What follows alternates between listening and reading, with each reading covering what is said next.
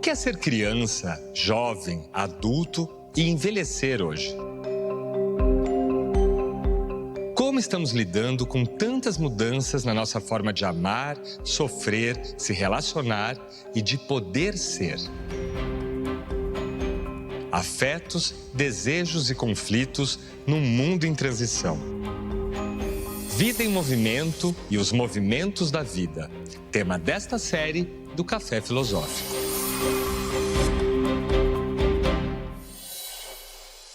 A infância de nossos pais não foi a mesma que a nossa.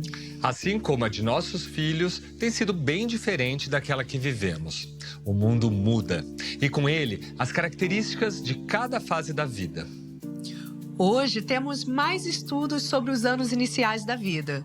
São outros modos de convívio e outros contextos sociais. Como entendemos a infância hoje? Como vemos e pensamos a criança? No nosso mundo acelerado e conectado, como lidamos com o tempo da infância? O que é ser criança hoje? Porque claro que é preciso que a gente possa considerar o que faz parte estruturalmente de ser criança.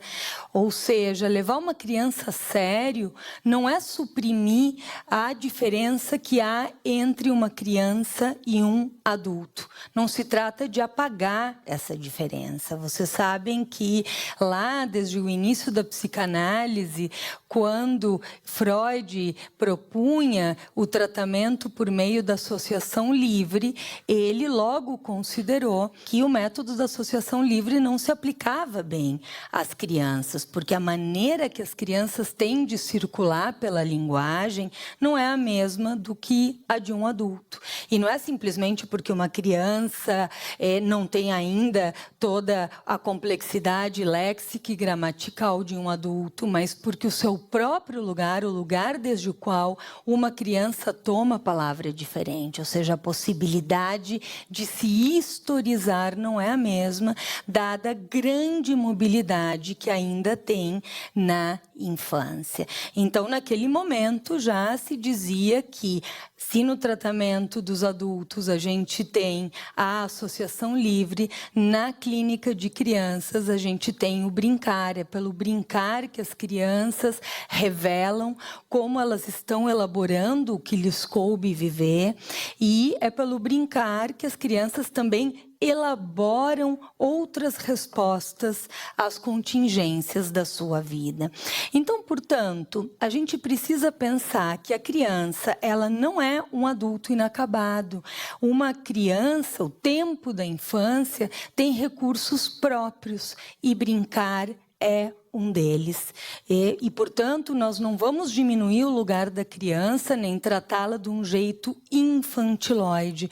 Vamos considerar justamente como na infância há recursos que são próprios e também há maneiras próprias de revelar o sofrimento. Sim, porque as crianças sofrem. Não só as crianças, mas os bebês também. E esses sofrimentos, eles não se reduzem apenas a moléstias orgânicas. Também há sofrimentos psíquicos que precisam ser considerados. Então, esse é um ponto central, porque muitas vezes se tende a idealizar a infância e a querer suprimir a faceta de sofrimento que a infância pode ter. Quando a gente considera a infância como um momento da vida específico, é um momento da vida no qual se está em estruturação. É um momento ao longo do qual as experiências de vida vão ser decisivas para quem alguém irá se tornar.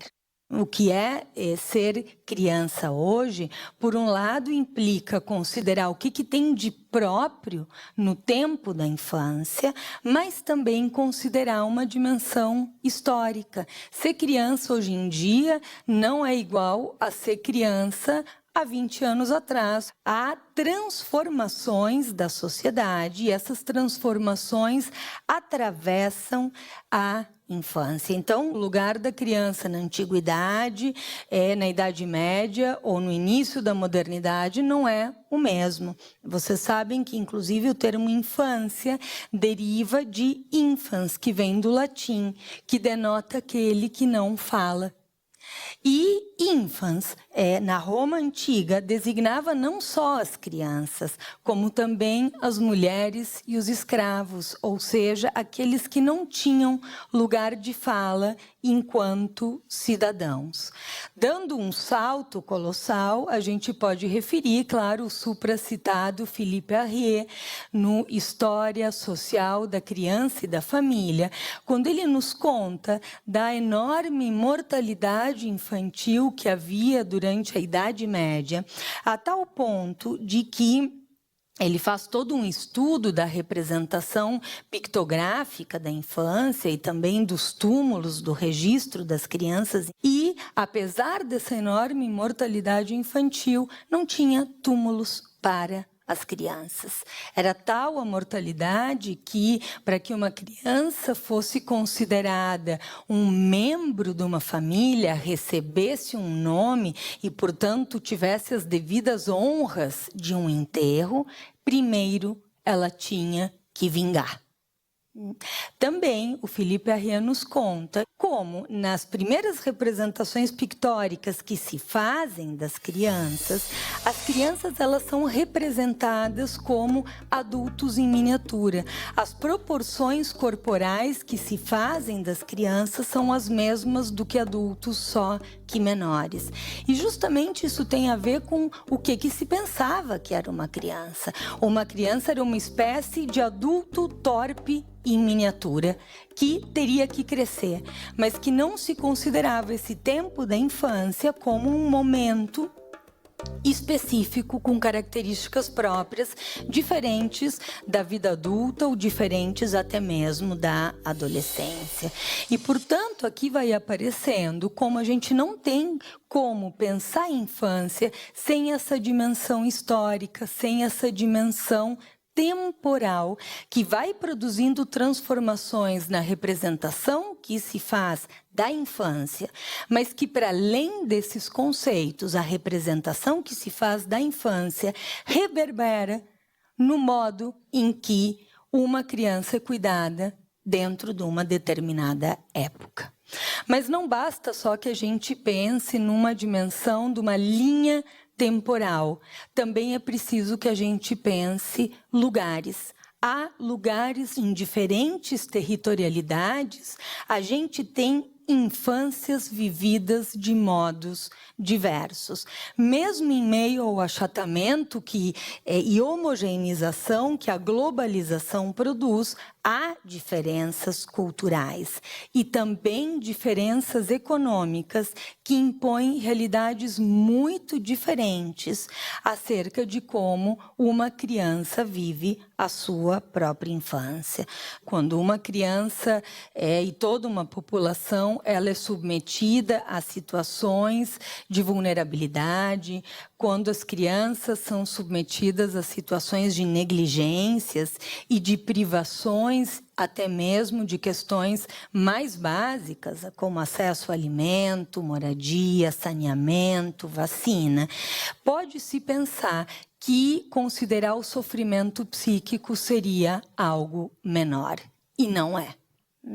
Ou seja, todas aquelas aquisições que são necessárias ao longo da infância, toda a sequência que uma criança percorre para adquirir a linguagem e se tornar falante, todas as sequências que uma criança percorre na construção do seu pensamento lógico para poder aprender, todas as aquisições que uma criança produz no estabelecimento da sua imagem e dos seus esquemas corporais ou de hábitos da cultura, como largar a chupeta, largar a mamadeira, largar as fraldas, aprender a caminhar e falar. Todas essas são aquisições que, sem dúvida, se apoiam num equipamento neuroanatômico de base que torna isso possível ou não. E muitas vezes se tende a pensar que as conquistas que uma criança faz ao longo do desenvolvimento dependeriam quase que exclusivamente de fatores orgânicos, como se uma criança sendo saudável, sendo rígida organicamente, bastasse que o tempo passasse, que ela maturasse para poder produzir certas realizações. Já faz bastante tempo que a gente sabe que com isso não basta. Um equipamento neuroanatômico torna realizações possíveis ou não. Mas o que causa essas aquisições é o desejo.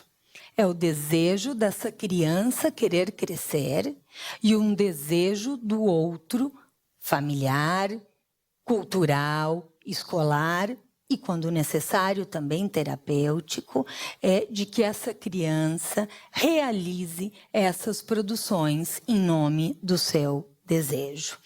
Por isso que é tão importante que nós consideremos, longe de idealizar a infância, que a gente reconheça o sofrimento que há e que recai sobre a infância em cada uma das épocas em que se vive. Na atualidade, nós vamos nos encontrando com uma infância que muitas vezes está exposta à vulnerabilidade, que ela está negligenciada em direitos primordiais e que logo na sequência é psicopatologizada e medicalizada.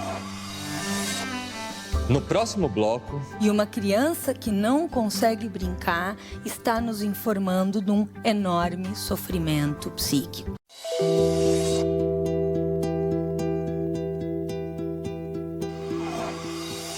Como diz Julieta Jerusalinski, criança não é um adulto inacabado.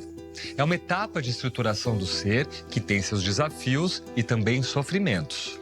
Ela ressalta também que é preciso que a gente reconheça o sofrimento que recai sobre a infância, em cada uma das épocas em que se vive. Como podemos perceber o sofrimento psíquico da criança que se expressa tão diferente do adulto? E de que modo devemos acolher este sofrer? Nós temos vivido uma verdadeira explosão, uma verdadeira pandemia de psicodiagnósticos aplicados à infância em tempos cada vez mais precoces, seja de transtorno do espectro autista, de transtornos do déficit de atenção e hiperatividade, de transtornos opositores desafiadores e por aí vai. Então, precisamos perguntar o que está acontecendo. Vocês sabem que é importantíssimo que a gente tenha essa dimensão temporal, porque vai mudando a régua com a qual se mede determinados fenômenos ao longo do tempo. Comparemos os joelhos das crianças de hoje em dia com os joelhos das crianças de 40 ou 50 anos atrás. São iguais? Não. Há 50 ou 40 anos atrás, as crianças tinham tantos ralões nos seus joelhos que não dava tempo de cicatrizar um que vinha outro. Na atualidade, quando uma criança chega no consultório, ou o filho de um amigo chega com um ralãozinho, a gente pergunta: que foi que te aconteceu? Então, mudou a régua com a qual se mede o fenômeno. Isso é importantíssimo, porque vocês sabem que, ao final do século XX, entre meados do século XX e mais para o final, viver em centros urbanos representava a chance de ter acesso a equipamentos de saúde. Do final do século XX para o início do século XXI, a gente registra que viver em grandes centros urbanos produz doenças. Produz doenças que são causadas pelo modo de vida que as pessoas têm nos centros urbanos. Então, a gente vai se encontrando com enormes índices, por exemplo, de hiperatividades. Para uma criança, que a gente teria que pensar, isso é simplesmente porque a criança nasceu assim, porque ela geneticamente tem essas características, porque ela nasceu agitada? Sem dúvida que não nascemos todos iguais, mas a gente também tem que se perguntar que consequências tem para uma criança viver trancafiada dentro de casa, porque a rua deixou de ser um lugar seguro onde se pode brincar. Então, a gente tem que considerar em que condições uma criança vive.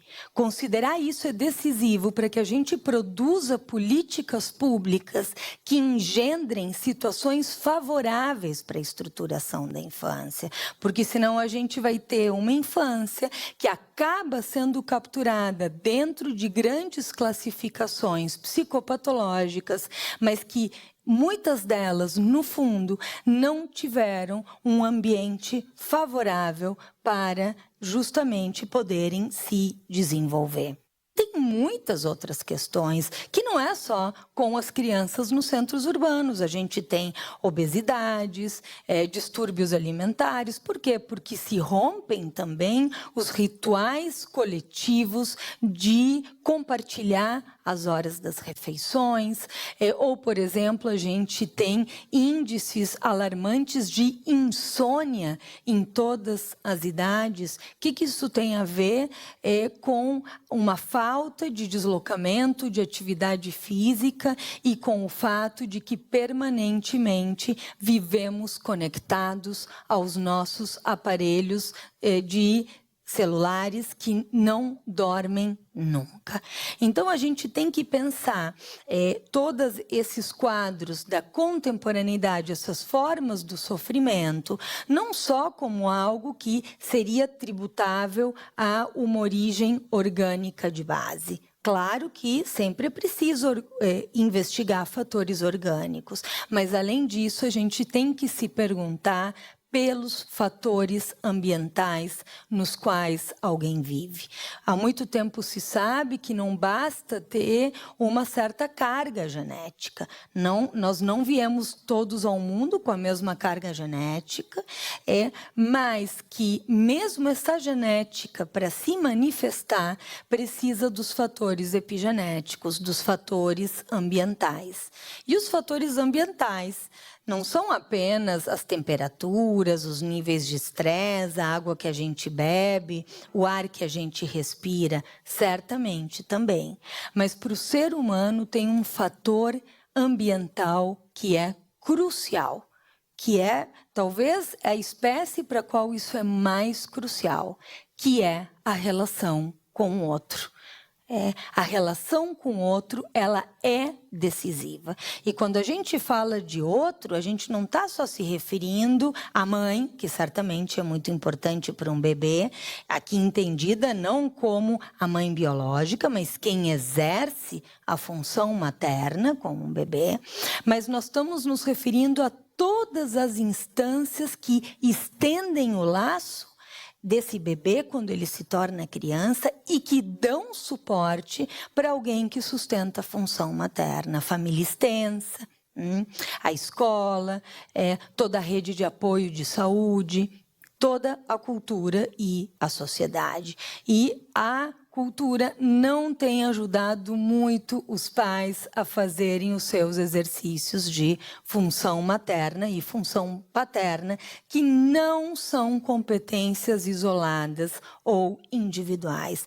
Bem, então, quando a gente considera certas circunstâncias de vulnerabilidade, eu separei uma imagem aqui para você do Banksy, essa imagem dessa criança com um salva-vida no formato de coração, nos lembra de um mundo no qual nós temos crianças que migram diante de situações sociais de estados fundamentalistas, totalitarismos, guerras e exclusões econômicas. E isso implica todo um rompimento de raízes com a família extensa, que dão esteio para um pai ou uma mãe cuidar do seu filho, implica todo o rompimento com os amigos, e muitas vezes se passa a viver de uma forma isolada dentro de uma nova cultura e de uma sociedade. E como é cuidar de uma criança quando os próprios pais estão excluídos do laço social? Por isso que, para pensar na infância, para considerar os cuidados da infância, é imprescindível que a gente cuide também de quem cuida. Porque não só a gente vai se encontrando com pais que eles são excluídos de direitos trabalhistas, de direitos do cidadão, mas também, numa outra instância, pais que padecem de uma falta de reconhecimento do valor cultural do seu saber. No diálogo com os colegas da saúde pública aqui de São Paulo, a gente foi se encontrando que, dentro dos serviços dos CAPS-IJ, que é o Serviço de Saúde Mental dedicado à infância e adolescência da região central de São Paulo, foi se encontrando índices alarmantes de diagnósticos de transtorno do espectro autista entre filhos de imigrantes. E muitas das mães dessas crianças trabalhavam como costureiras ilegais. Trago essa questão porque o Freud, no texto Além do Princípio do Prazer, ele fala de uma brincadeira muito importante que tem na infância. Ele conta do seu netinho, Ernst, que com 1 ano e meio, quando a mãe saía para resolver pequenas coisas do cotidiano, ele pegava um carretel amarrado numa cordinha e o jogava para trás da barra da saia do seu berço e o recuperava, dizendo fort da, em alemão, algo como aqui e lá. Ele expulsava e recuperava esse carretel, e essa brincadeira, ela tem um valor paradigmático importantíssimo, porque ao momento que uma criança, em vez de se desesperar porque a mãe sai, em vez de se agarrar na barra da saia da mãe, ela produz uma invenção. Freud nos diz que quando as crianças brincam, o brincar de uma criança é uma alta realização cultural, porque ela abre mão de uma satisfação pulsional imediata, de uma satisfação imediata dos seus anseios, e no lugar disso ela cria algo, ela produz uma invenção.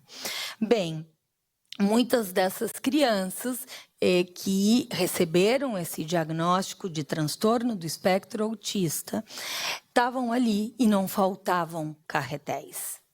O que faltava para elas? Uma dimensão simbólica que lhes permitisse sustentar o brincar. Aqui tem algo importantíssimo, porque se o brincar é estruturante do sujeito na infância, não é compulsório. Nem toda criança brinca. E uma criança que não consegue brincar está nos informando de um enorme sofrimento psíquico. Bem, vocês vão perguntar, mas essas crianças efetivamente tinham quadros de autismo? Não, nem todas. O autismo é um quadro no qual há uma exclusão radical do outro, onde não há uma condição de um prazer compartilhado, lúdico, e nem todas essas crianças estavam nessa condição.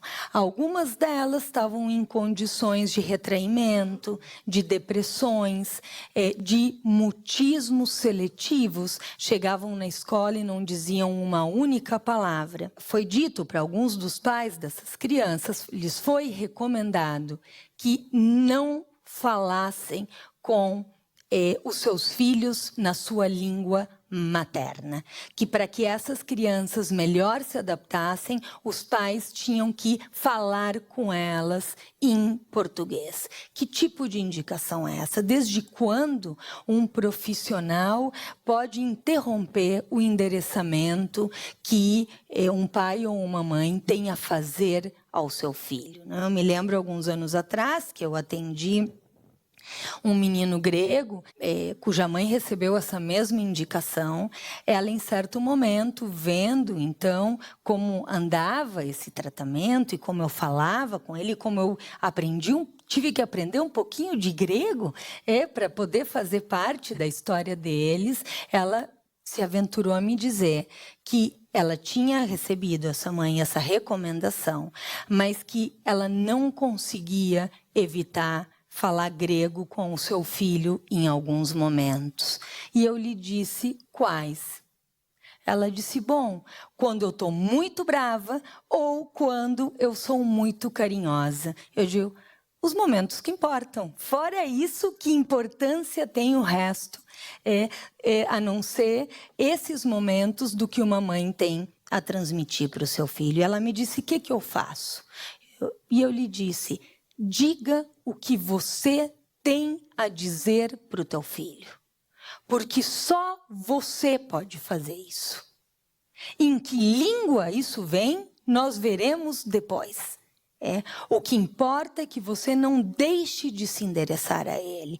Então pensem o que acontece quando pais, pela sua condição de imigrantes, eles são destituídos do único saber que dá um lugar desejante para essa criança no mundo. Para que a criança não vire uma pura e simples casca adaptativa desmiolada de desejo. Então, isso é algo pelo qual a gente precisa zelar. Nós temos que cuidar de quem cuida.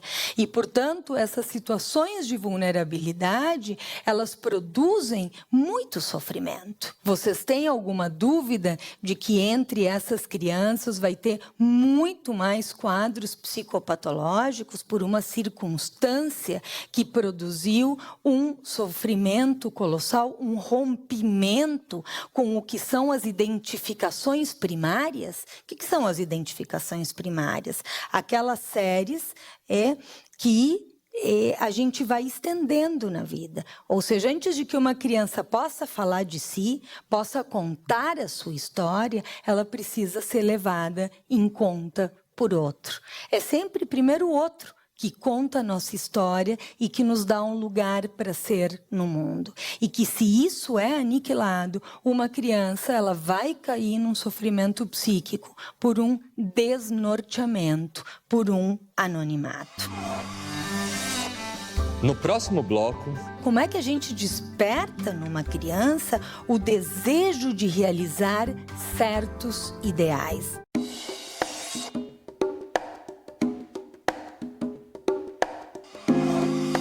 O que você quer ser quando crescer?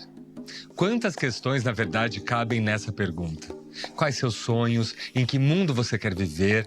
Até onde você se sente capaz de ir? É comum ouvirmos dizer que uma criança é boazinha quando é muito obediente. Ao mesmo tempo que desejamos que se tornem adultos criativos, inovadores, ousados. De que forma a educação é capaz de preparar a criança para que ela saiba conviver em sociedade, respeitar o outro, garantindo a ela espaço para sonhar, desejar? Para que uma criança deseje crescer, para que ela deseje e tenha forças para se tornar membro de uma sociedade, com todas as restrições também de satisfações que implica fazer parte de uma sociedade, é preciso que ela tenha esperança de futuro para realizar os seus ideais. Senão, sem essa esperança de futuro para realizar os ideais, nós vamos ter uma infância absolutamente melancolizada. Quando se aniquila a esperança de que o mundo ele possa ser transformado com os ideais utópicos, se aniquila o desejo de uma criança ser grande, se tornar grande. E eu adoro essa maneira que as crianças têm de falar sobre o futuro. As crianças dizem, quando eu for grande, porque essa é uma maneira de dizer em que a criança coagula a um só tempo o tornar-se adulto, o crescer e também realizar os ideais. Ou seja, essa esperança de que crescendo e se tornando adulto vai ser possível realizar os ideais. Isso é algo crucial na infância. Se aniquila essa esperança de futuro numa sociedade, se aniquila o laço social e o projeto civilizatório coletivo. Por isso que é tão importante que a gente pense o que é educar uma criança. Educar uma criança não é simplesmente submeter uma criança à força para que ela obedeça ao que é certo. A gente teve uma longa história muito disciplinar com a infância. Na atualidade, isso volta com muita força, com uma ideia muito performática de que a criança precisa fazer o que o outro quer que ela faça. Me surpreende com que naturalidade muitos pais têm chegado aos consultórios dizendo que a criança obedece ou não obedece a comandos. Como assim obedece a comandos? Nós estamos falando de um exército? Nós estamos falando de um adestramento de animais? Não, educar não é isso. Educar não é submeter uma criança à força, educar não é treinar por repetição.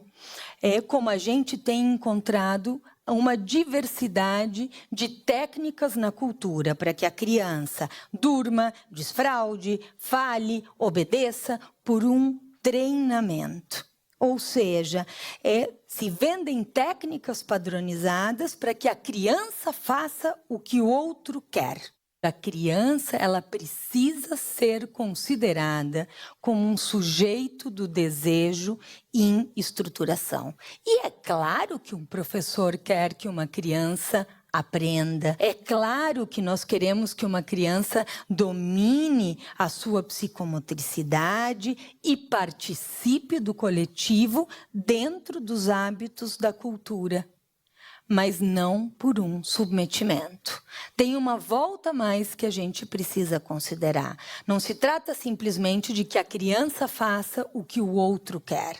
A questão e a volta a mais é como nós vamos despertar o desejo para que a criança deseje realizar aquilo que tem valor dentro da sua cultura. Ou seja, como é que a gente desperta numa criança o desejo de realizar certos ideais?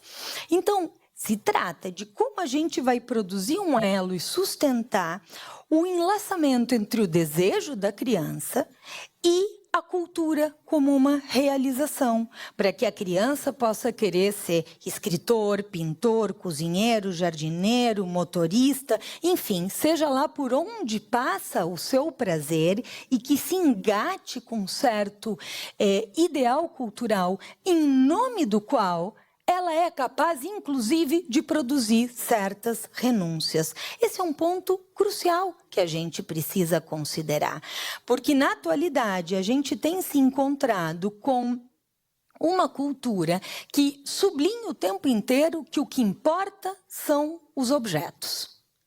E vai se produzindo um modo de educar no qual os pais dizem coisas da seguinte ordem: larga a chupeta que eu te dou um carrinho. Bem, e você quer? E aqui que a criança vai dizer, claro que sim, e vai ficar com o carrinho. O que a criança vai fazer na hora de dormir? Vai pedir a chupeta. Porque, como também Freud nos diz, a criança quer nada menos, exige nada menos do que tudo. Bem, então vai se produzindo uma ideia de troca-troca, como se nada se perdesse, certo? Como se não houvesse nenhuma renúncia. Vejam, A única possibilidade para que uma criança, de fato, ela não simplesmente se adapte ao que o outro quer, mas para que ela se estruture, se aproprie de uma determinada questão do desenvolvimento, é que ela se orgulhe disso como uma conquista. Ou seja, que a criança diga, eu não uso mais fraldas porque eu não sou mais bebê. Quer dizer, ela tem uma perda real e um ganho simbólico, ou seja, ela tem um ganho na direção dos ideais, ela faz algo do qual ela pode se orgulhar. E a gente vai se encontrando com uma forma de educar que o tempo inteiro sublinha a importância do objeto em detrimento dos ideais. Então, os pais passam a ser os detentores dos objetos. Eles entregam objetos como prêmios e retiram objetos como castigos. E se suprime da educação da criança uma interrogação por que tipo de pessoa você quer ser? Que tipo de relação você tem com os ideais? De onde vem a autoridade de um adulto? A autoridade de um adulto vem de que ele também não faz o que ele bem entende. O adulto também produz restrições do seu próprio gozo para educar uma criança. Então, se tira ou se dá objetos e se suprime a interrogação. Você acha que está certo isso que você fez?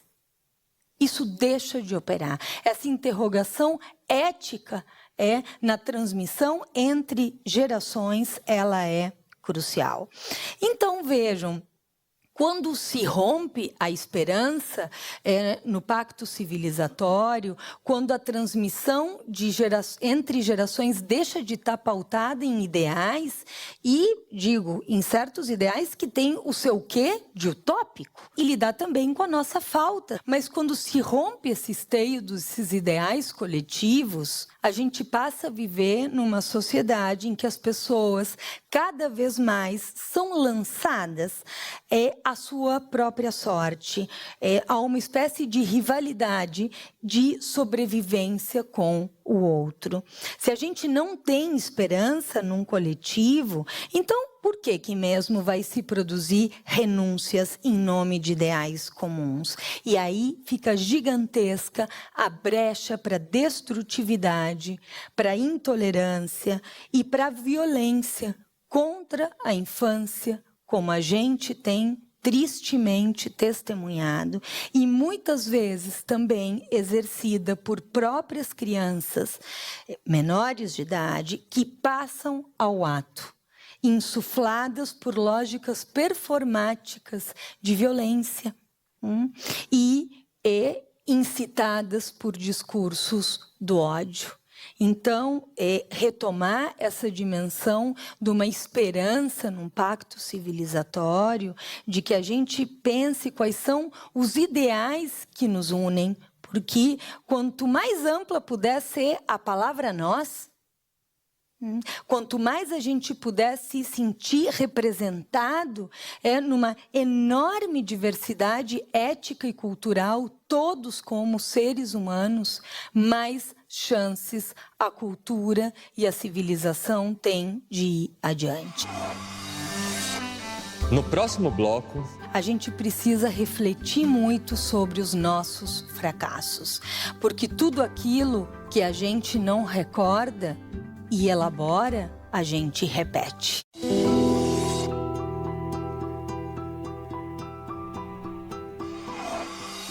Para muitos, olhar para uma criança é olhar para o futuro. Olhar para tudo aquilo que ela pode construir, conquistar. É comum também que os mais velhos queiram orientar os mais jovens para que não se machuquem no caminho. Conhecer a história, as vivências dos pais, avós, cuidadores, pode ajudar na construção de uma relação de respeito mútuo entre gerações. Quando a gente, então, pensa o lugar que a infância tinha na modernidade, não tem como a gente não lembrar de um texto do Freud chamado Introdução ao Narcisismo.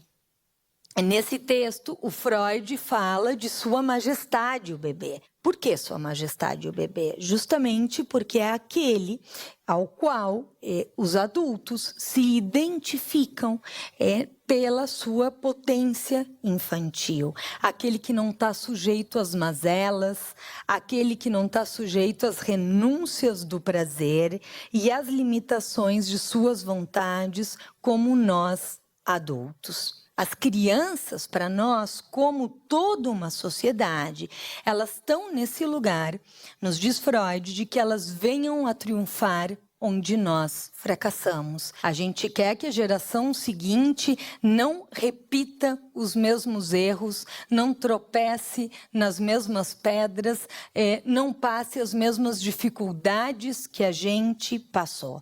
E é por isso que cada geração, ela procura transmitir para a geração seguinte aquilo que aprendeu. Por isso que é muito importante que a gente pense que leitura a gente faz dessa frase do Freud, que a geração seguinte possa triunfar onde nós fracassamos.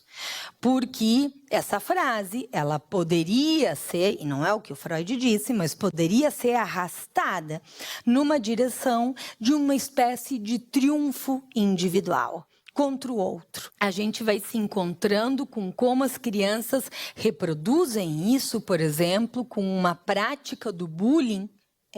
E o bullying que a gente testemunha nos grupos sociais das crianças, nas escolas, ou inclusive através dos apedrejamentos virtuais, não é simplesmente uma consequência de que a criança não está suficientemente civilizada e estaria num estado selvagem. As crianças, quando fazem bullying, a gente tem que pensar se elas não estão justamente reproduzindo um sintoma social, que é pisar no pescoço do outro, se prevalecer da fraqueza do outro, como se tratasse de um triunfo individual, de um sucesso individual. Não é disso que o Freud está nos falando. Ele está nos falando justamente de como, enquanto sociedade, a gente precisa refletir muito sobre os nossos fracassos. Porque tudo aquilo que a gente não recorda e elabora, a gente repete. Nesse movimento entre gerações acontece algo importantíssimo, porque uma criança, ela brinca. Quando uma criança brinca, ela brinca de encarnar os ideais. É por isso que as crianças, as brincadeiras das crianças, elas têm dramas éticos, elas têm privações, elas têm poderes, elas têm conflitos que têm a ver com aquilo que a criança atravessa. E a criança brinca de encarnar ideais. Mais adiante, quando finda a infância e começa a adolescência, vai inspirando essa brincadeira de faz de conta e passa a recair sobre os ombros de um adolescente cada vez mais a responsabilidade sobre os seus atos. E um adolescente é alguém que sim começa cada vez mais a tomar a palavra em nome próprio. De uma criança são os pais que respondem por ela e que armam uma suplência da palavra da criança, porque elas ainda não conseguem se contar sozinhas. Elas precisam desse suporte, desse outro que está encarnado em quem cuida dela. E por isso que é tão importante o lugar que o outro dá para uma criança, porque às vezes uma criança pode até ousar formular outro tipo de resposta, mas se essa resposta não for acolhida pelo outro, será aniquilada. O Freud, quando ele nos fala, então, dessas transformações que acontecem com a puberdade, com o fim da infância, ele nos diz que um adolescente é alguém que tem que se desprender da autoridade dos pais. Isso implica, então, armar laços mais horizontais e coletivos. E esse adolescente, ele vai produzir um movimento entre gerações, em que a nova geração, ela vai produzir respostas que não são idênticas às respostas da geração anterior. Porque essa nova geração, ela é interrogada desde outro lugar na cultura e precisará produzir uma nova resposta. Mas vejam, não é uma nova resposta sem raiz alguma. Porque quando a gente conta para a geração seguinte que nós também passamos encrencas, a gente vai contando para a geração seguinte que somos seres históricos. E não se trata aqui de idealizar o passado, mas de contar como o mundo não foi sempre igual. Nesse tempo atual, em que surgem diferentes nomenclaturas para nomear o que é esse hoje que nós vivemos, nomenclaturas tais como pós-modernidade, hipermodernidade, modernidade líquida, sociedade do cansaço, sociedade pós-fática, sociedade da pós-verdade. É preciso que a gente pense como isso reverbera na criança em si. E não é fácil pensar no presente. O próprio Agamben nos alerta sobre a questão do contemporâneo, de que para poder pensar no contemporâneo, é preciso que nós não nos ceguemos pelas suas luzes, luzes nas quais a gente está mergulhado e preste atenção na obscuridade. E ao tratar da infância, acontece uma situação muito peculiar, que justamente porque as crianças elas estão muito menos prontas, como elas estão no momento de abertura em inscrições, elas estão muito expostas na linha de frente em relação aos rumos que vão se produzindo numa cultura. As crianças, como no conto infantil, são as primeiras a apontar que o rei está nu. Ou seja, elas nos revelam para onde está se enveredando uma sociedade. A infância é um momento de abertura a inscrições. Nós não nascemos prontos organicamente. Nós não nascemos prontos psiquicamente. E saber disso não é simplesmente uma questão teórica. Saber disso precisa engendrar políticas públicas de cuidado com a infância. Políticas públicas que levem a sério o fato de que se crie condições para que uma criança possa se estruturar bem psiquicamente. Conhecer sobre infância não é encaixá-la em quadros psicopatológicos. Conhecer sobre a infância é entender que mesmo quando uma criança tem dificuldades, estar é diferente de ser. Um diagnóstico jamais pode ser um destino. Uma criança está num tempo de estruturação e ela pode ter até sintomatologias autísticas, sintomatologias de hiperatividade, de desobediência, mas ela não é. Ou seja, por efeito de uma intervenção, isso pode mudar de rumo. Mas uma criança só obediente também é uma criança que nos preocupa. Fazer arte também é fazer uma pequena transgressão inventiva para uma criança que se autoriza a pôr à prova o saber do que o outro lhe transmite. Então, isso é importantíssimo, que a gente sustente uma infância com tempo e lugar para invenção e para curiosidade. Vocês sabem que o Freud dizia que as crianças têm desejo de saber e que as questões que as crianças nos colocam, no fim das contas, são as grandes questões da humanidade. Quando uma criança pergunta de onde vêm os bebês, ou o que acontece quando a gente morre, ela está fazendo as perguntas pela origem, de onde viemos e para onde vamos. Então, é crucial que a gente cultive uma infância curiosa, que ouse perguntar, que ouse inventar, do que simplesmente reproduzir. E por isso é tão importante que a gente crie crianças desejantes, curiosas, questionadoras e brincantes, e não crianças que simplesmente respondam a comandos. Inscreva-se no canal do Café Filosófico CPFL no YouTube e siga nossas redes sociais para mais reflexões. Porque crianças excessivamente atendidas nos seus anseios adoecem. Excessos de brinquedos, mas não conseguem brincar. Crianças que chafurdam sem direção num excesso.